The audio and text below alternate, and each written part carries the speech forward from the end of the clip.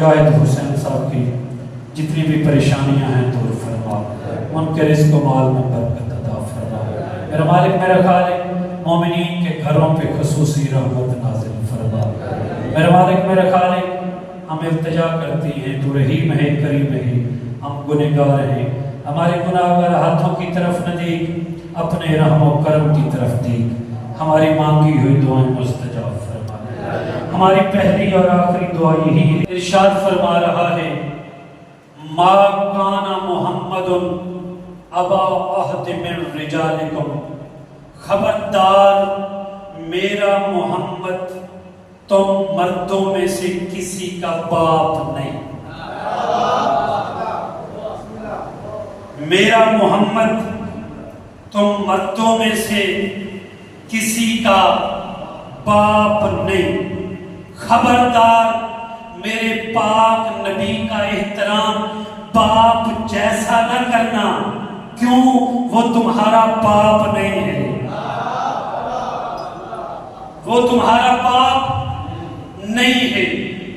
اللہ نے آیت کو روکا نہیں، اگلے حصے میں ارشاد فرمایا کہ میرے نبی کی بیویاں مومنین کی مائیں ہیں، میرے نبی کی بیویاں مومنین کی مائیں ہیں۔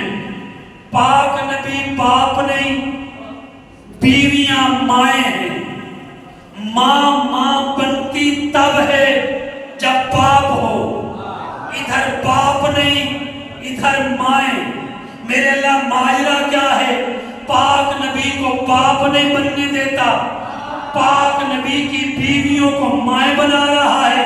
اللہ نے کہا دو وجہ ہیں، اس لیے کہ پاک نبی تمہارا باپ نہیں، کیوں وہ تم جیسا نہیں ہے، اور پاک نبی کی بیویاں تمہاری مائیں ہیں، اس لیے کہ وہ تم جیسی ہیں۔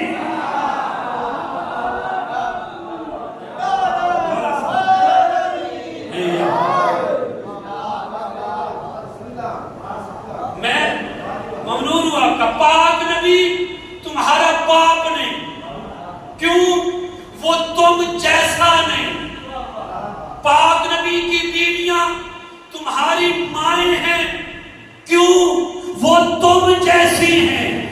یہ عزت دار بنی ہیں تو عقد رسول میں آنے کے بعد،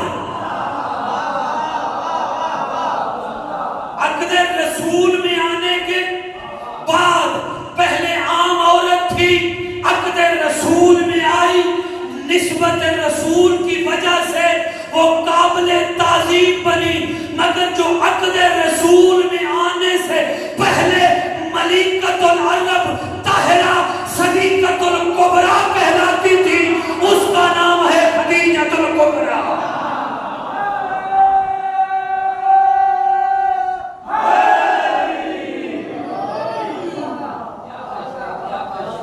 پہلی وجہ کہ یہ تم جیسی ہیں، اس لیے تمہاری مائیں ہیں۔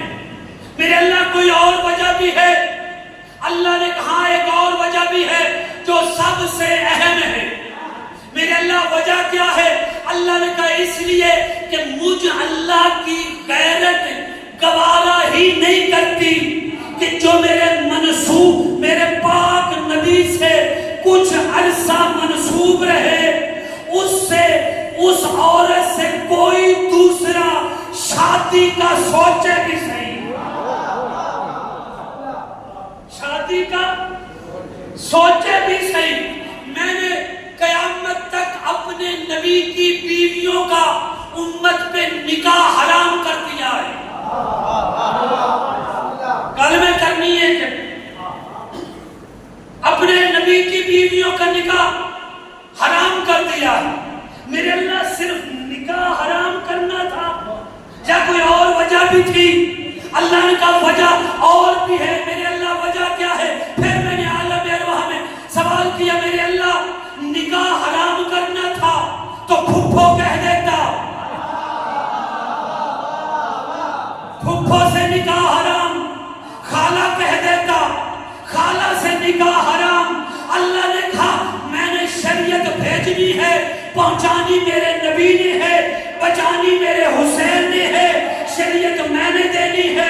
پھپھو سے نکاح حرام، پھپھو کی بیٹی سے نکاح جائز، خالہ سے نکاح حرام، خالہ کی بیٹی سے نکاح جائز، ماں سے نکاح حرام، اس کی بیٹی سے نکاح حرام، اس کی بیٹی سے نکاح حرام، اس کی بیٹی سے نکاح حرام۔ یہ قیامت تک نسل چلتی جائے گی، سید زادی امتی پہ حرام ہوتی جائے گی۔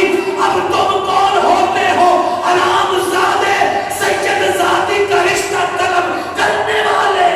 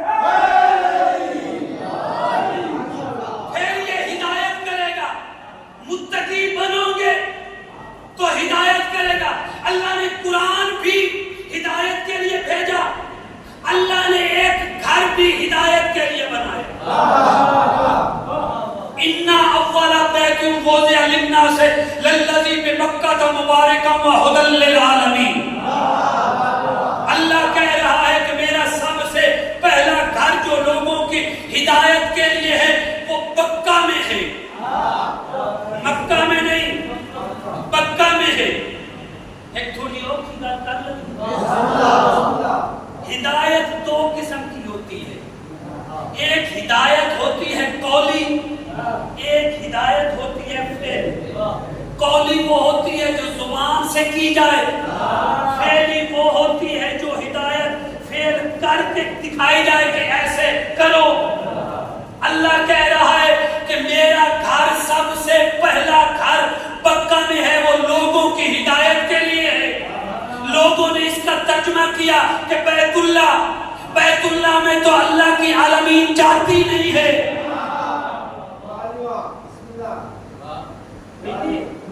جاتی ہے۔ آج بھی بیت اللہ کے 40 کلومیٹر کے فاصلے پہ لکھا ہوا، چاروں طرف لکھا ہوا کہ کافر کا داخلہ ممنوع، کافر کا داخلہ ممنوع۔ جب کافر جا نہیں سکے گا تو ہدایت کہاں سے لے گا؟ پتہ چلا گھر کوئی اور ہے۔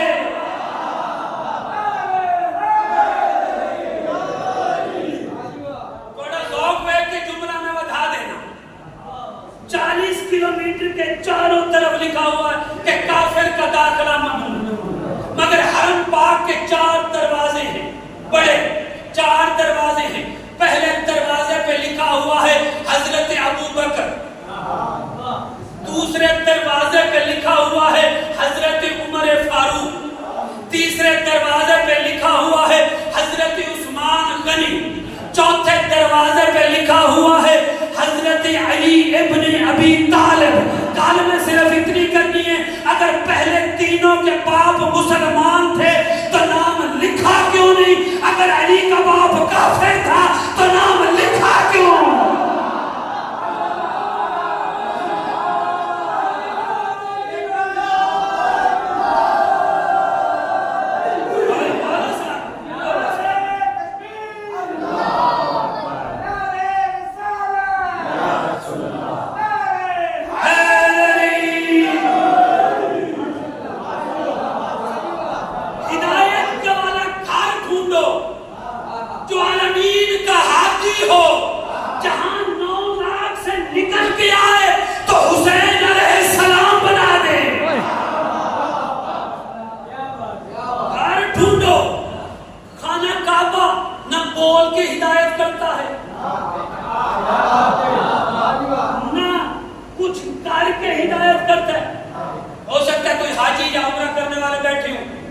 کبھی خانہ کعبہ نے بیت اللہ نے کسی کا کان پکڑ کے کہا ہے کہ ہاتھ یہاں باندھ، یہاں باندھ، یہاں باندھ یا کھول دے؟ وہ تو بولتا ہی نہیں. پھر وہ قولی ہدایت کیسے کرے گا؟ وہ فعلی ہدایت کیسے کرے گا؟ وہ دنیا والوں وہ گھر ڈھونڈو جو سب سے پہلا بھی ہے، عالمین کا ہادی بھی ہے. اسی لیے پاک نبی نے بدن پاک پہ چادر اوڑھا کے بتایا کہ یہی گھر ہے جو عالمین کا ہادی ہے.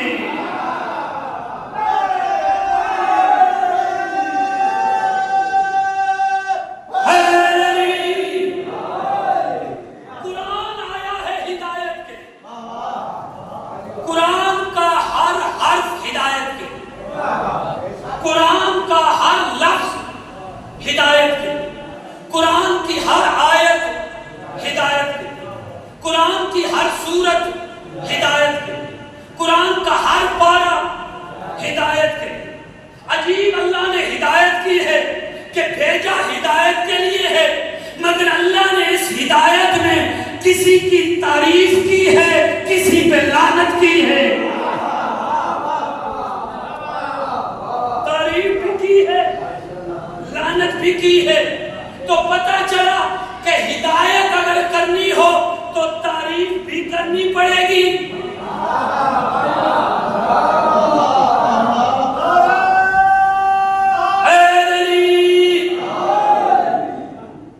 مجھے رب العزت کی قسم خوشامد نہیں کر رہا ہے، ایسے آپ سن رہے ہیں جیسے ہزاروں کا مجمع. مولا آپ کی پریشانیوں دور فرمائے، آپ کے رزق و مال میں برکت عطا فرمائے. ہدایت کے لیے ضروری ہے تعریف بھی کرو، لعنت بھی کرو. پھر قرآن ایک دن کے لیے آیا نہیں ہے، ایک سال کے لیے آیا نہیں ہے. پاک نبی نے ارشاد فرمایا حتی یارد الی الحوض، یہ قرآن حوض کوثر تک میرے پاس آئے گا. تو اللہ نے جن کی تعریف کی ہے وہ تعریف بھی رہے گی قیامت تک، اور اللہ نے جن پہ لعنت کی ہے وہ لعنت بھی رہے گی قیامت تک.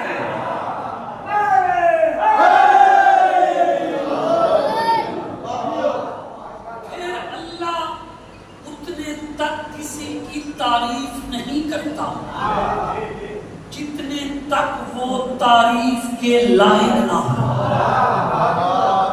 اللہ اتنے تک لعنت بھی نہیں کرتا جتنے تک وہ لعنت کا مستحق نہ ہو.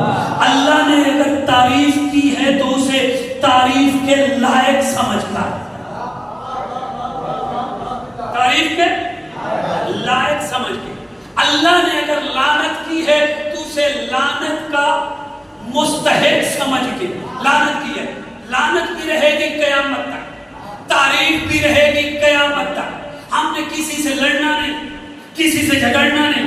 ہم قرآن سے پوچھ لیتے ہیں قرآن تو بتا کہ اللہ نے تعریف کن کی ہے، اللہ نے لعنت کن پہ کی ہے. کیونکہ قرآن میں تو چھوٹے بڑے کا ذکر ہے، قرآن میں تو شے کا بھی ذکر ہے، قرآن میں لا شے کا ذکر بھی ہے، ہر شے کا ذکر قرآن میں ہے. قرآن میں خشک کا ذکر بھی ہے، قرآن میں تر کا ذکر بھی ہے. پھر یہ قرآن خود کیا ہے؟ یہ قرآن خود کیا ہے؟ اللہ نے اسی قرآن مجید میں ارشاد فرمایا ثم اورثنا الکتاب الذی نصطفینا من عبادنا، ہم نے اس قرآن کا وارث بنایا ان لوگوں کو جن کو ہم نے مصطفیٰ بنایا، جن کو ہم نے مصطفیٰ بنایا. قرآن ورثہ، کچھ بندے اس کے وارث. قرآن ورثہ، کچھ بندے، عام بندے نہیں، مصطفیٰ بندے اس قرآن کے وارث. ورثے اور وارث میں فرق ہوتا ہے. ورثہ محتاج ہوتا ہے وارث کا. میں گل سمجھا سکتا یقیناً مسلح تے دعا دے سو. ورثہ محتاج ہوتا ہے وارث کا. جو وارث چاہتا ہے وہی ورثے کو بننا پڑتا ہے. میں آسان کر دیتا ہوں. مثلا ایک بندے کا انتقال ہوا، اس نے دو چیزیں چھوڑی. ایک اولاد چھوڑی، دوسری جائیداد چھوڑی۔ اولاد کو وارث کہتے ہیں، جائیداد کو ورثہ کہتے ہیں۔ اب مرنے والے نے کچھ پلاٹ چھوڑے اور 2-3 بیٹے چھوڑے، بیٹوں کو وارث کہتے ہیں، پلاٹوں کو ورثہ کہتے ہیں۔ اب ورثہ محتاج ہوتا ہے وارث کا، اب وارثوں کی مرضی ان پلاٹوں پہ مسجد بنوائے، وارثوں کی مرضی ان پلاٹوں پہ مارکیٹ بنوا دے، وارثوں کی مرضی ان پلاٹوں پہ امام بارگاہ بنوا دے، کیونکہ ورثہ محتاج ہے وارث کا۔ قرآن ہے ورثہ، 14 ہے وارث، اس لیے ہر نبی رک کے دیکھتا ہے کہ آیت کیا چاہتی ہے، ادھر قرآن رک کے دیکھتا ہے کہ علی کیا چاہتا ہے۔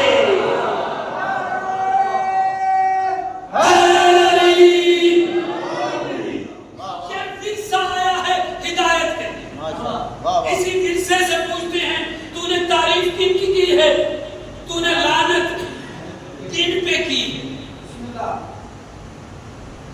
دین کے اندر نہ سارے مومن نماز، روزہ، حج، زکات، خمس، جہاد، تولا، تبرع، امر بالمعروف، نہی عن المنکر، یہ 10 ہیں۔ نماز، روزہ، حج، زکات، یہ سارے 10 ہیں۔ نماز جیسے نماز واجب ہے ویسے روزہ واجب ہے، جیسے روزہ واجب ویسے حج واجب، مگر حج کے لیے اللہ نے تھوڑی سی رعایت دے دی کہ حج وہ کرے جس کے پاس دولت ہو، ہے واجب، ہے واجب۔ نماز بھی واجب، روزہ بھی واجب، حج بھی واجب، زکات بھی واجب، خمس بھی واجب، تولا بھی واجب، تبرع بھی واجب، تولا بھی واجب، تبرع بھی واجب۔ تولا کیا ہے؟ تبرع کیا ہے؟ تولا ہے آل محمد سے مودت کرنا، اور تبرع ہے آل محمد کے دشمنوں پہ لعنت کرنا۔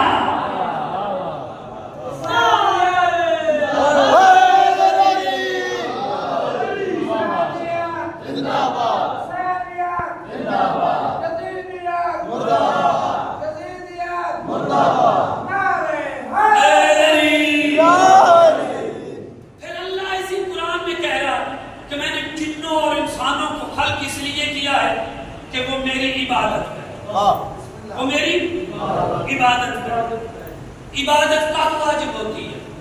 بولے سے عبادت کب واجب ہوتی ہے؟ عاقل ہونے کے بعد، بالغ ہونے کے بعد۔ عاقل بندہ کب ہوتا ہے؟ سارے علماء نے یہی لکھا کہ 15 سال ہوگا عاقل بھی ہو جائے گا، بالغ بھی ہو جائے گا، یعنی کہ پہلے 15 سال کوئی عبادت اس پہ ہے ہی نہیں، پھر اللہ نے پہلے 15 سال ضائع کیوں کر دیے تمہارے؟ سوال تو ہے نا، اللہ نے تمہیں خلق عبادت کے لیے کیا ہے، اللہ نے عبادت کے لیے خلق کیا ہے، ادھر تم خلق ہوئے، ادھر عبادت شروع ہو گئی۔ پھر کون سی عبادت ہے جس کے لیے اللہ نے تمہیں خلق کیا ہے؟ ایک عبادت کا نام تولا ہے، دوسری عبادت کا نام تبرع ہے۔ تولا ہے تو نماز ہے، بے شک تولا ہے تو نماز ہے۔ نماز سے چھٹکارا ممکن نہیں، نماز واجب ہے۔ قیامت والے دن کتنا خوبصورت منظر ہوگا کہ حسین بادشاہ کہے وہ دیکھو یہ نمازی بھی ہے، میرا عزادار بھی ہے۔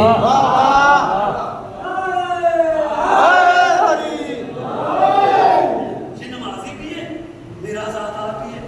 تولا اور تبرع، تولا ہے تو نماز قبول ہے، تبرع ہے تو نماز قبول ہے۔ نہیں میں مولا کو فرمان پڑھ دیتا ہوں، پاک نبی فرماتے ہیں کہ جس کے دل میں علی کے دشمن کے رائے، علی کے دشمن کی رائے برابر بھی محبت ہے، وہ جنت کیا جنت کی خوشبو بھی نہیں سونگھ سکتا، جنت کی خوشبو بھی نہیں سونگھ، رائے برابر بھی محبت ہے جس کی علی کے دشمن کی، اسی کا نام تو تبرع ہے۔ اللہ نے تمہیں تبرع اور تولا کے لیے خلق کیا ہے۔ تولا ہے تو نماز ہے، تبرہ ہے تو نماز ہے. ہدایت کے لیے خلق کیا. آیا ہدایت کے لیے قرآن.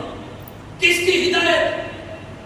قرآن سے پوچھتے ہیں قرآن تو بتا کہ تو کس کی پہ لعنت کرتا ہے, کس کی تعریف کرتا ہے. 3 دن بعد نبی نے عیسائیوں کے مقابلے میں قرآن پڑھا. کس بات پہ پڑھا؟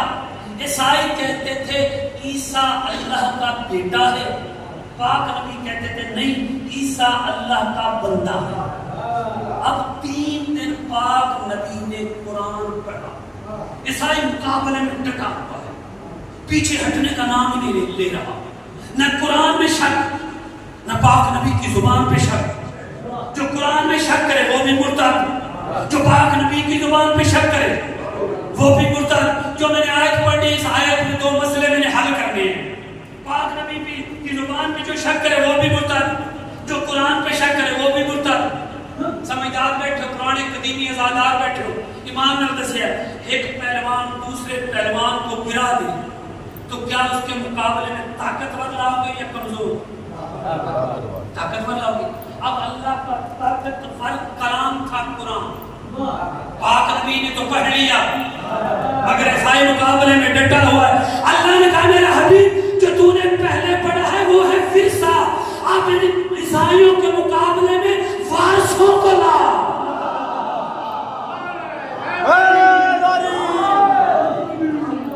وارثوں کو لا.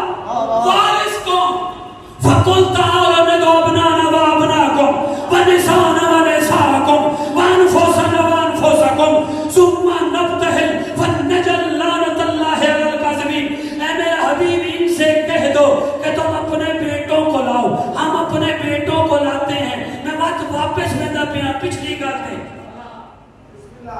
میرا پاک نبی تم مردوں میں سے کسی کا باپ نہیں. میرے اللہ تو انہیں باپ بننے نہیں دیتا, یہ بیٹے لائے تو کہاں سے لائے؟ یہ بیٹے لائے تو کہاں سے لائے؟ خود ہی تو قرآن میں کہہ رہا ہے میرا محمد تم مردوں میں سے کسی کا باپ نہیں. اللہ نے کہا میں نے کہا ہے کہ تم مردوں میں سے. پہلے آیت کو سمجھو. ما کان محمد ابا احد من رجالکم,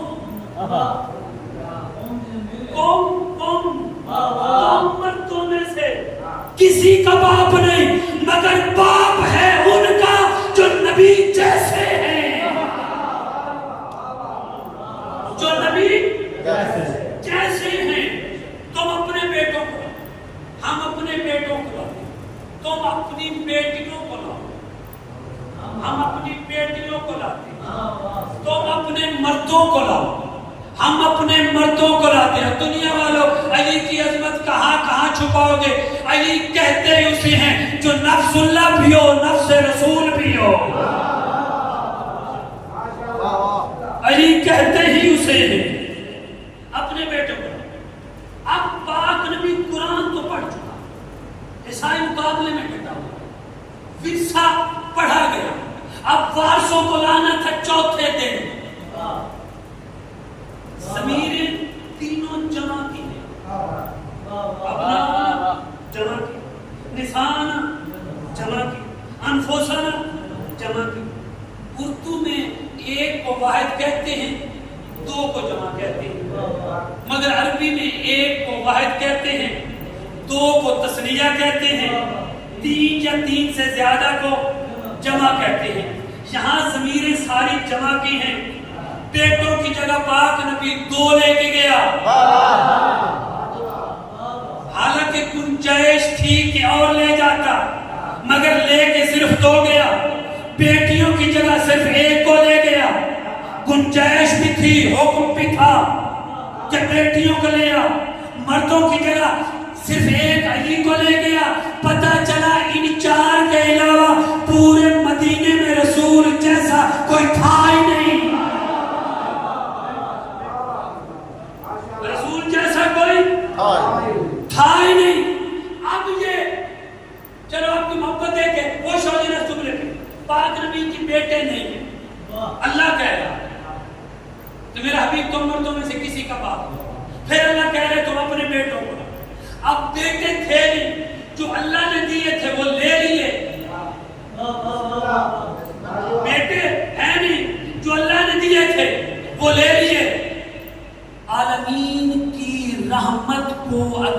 بیٹے ملیں تو علی کے گھر سے ملتے ہیں، اگر میں علی سے بیٹے مانگ لوں تو شرک کیسا، شرک کیسا؟ یہ 5 چلے، حسن بیٹوں کی جگہ مولا حسن مولا حسین، بیٹیوں کی جگہ سیدہ، نفس کی جگہ مولا علی۔ اب پاک نبی نے ترتیب بدلی، ہر جنگ میں علی آگے ہوتے تھے باقی پیچھے، مگر اس جنگ میں علی پیچھے اور رحمت آگے۔ یہ پاک نبی یا رسول اللہ یہ ترتیب کیوں بدل رہا ہے؟ پاک نبی نے کہا اس لیے ترتیب پر بدلی ہے کہ انتھا مورخ قیامت تک لکھے گا کہ مباہلہ میں علی کی دہشت سے لوگ ڈر کے بھاگ گئے تھے، میں نے اس لیے ترتیب بدلی ہے کہ علی پیچھے ہے۔ آج علی کے جلال سے ڈر کے نہیں بھاگے، آج سچ کے مقابلے میں آئے ہیں، سچوں کے مقابلے میں آئے ہیں تو بھاگے۔ یہ 5 چلے سامنے آئے، اب پادری نے دیکھا، یہ گلیں تو ساری سنی ہوں گے کہ کوئی جاتے پڑھتے کہ پادری نے کہا ان سے مبالغہ نہ کرنا، یہ پہاڑ کو حکم دے تو پہاڑ چلنا شروع کر دے، یہ دن کو کہیں تو رات ہو جائے، رات کو کہے تو دن ہو جائے، مگر جو میں نے تاریخ میں پڑھا ہے وہ یہی ہے کہ پادری نے کہا خبردار ان سے مبالغہ نہ کرنا۔ کیوں؟ دیکھ کے کہتے ہیں اگر انہوں نے آج کر دی لعنت،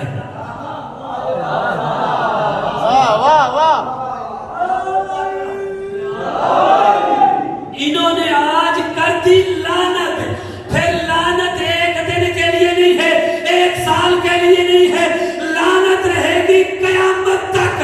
عیسائی سمجھدار نکلا جو قیامت تک لعنت سے بچ گیا، مگر اللہ نے اپنا قانون نہیں بدلا، اللہ نے اپنا آئین نہیں بدلا۔ اب بھی جب بھی جہاں بھی چاہے کوئی ناکہ پہ سوار ہو کے آئے، چاہے کوئی خچر پہ سوار ہو کے آئے، جو ان 5 کے مقابلے میں آئے گا وہ ایک دن کا لعنتی نہیں ہے، وہ قیامت تک کا لعنتی۔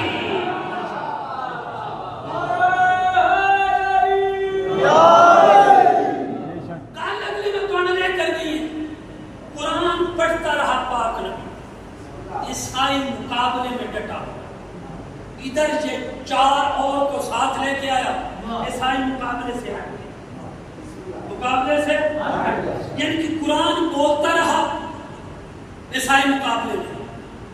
رکھو مولویوں کے سروں میں قرآن، یہاں علی نے کوئی بات کی ہو، یا سیدہ نے کوئی گفتگو کی ہو، یا حسنین شریفین نے کوئی کلام کیا ہو، یا پاک نبی نے کوئی آیت پڑھی ہو، نہیں، وہ دنیا والوں اب بھی تمہیں یہ پینتر پاک سمجھ میں نہیں آئے، قرآن کا بولنا علی کی خاموشی برابر نہیں تو یہ حرامی علی کی برابری کیسے؟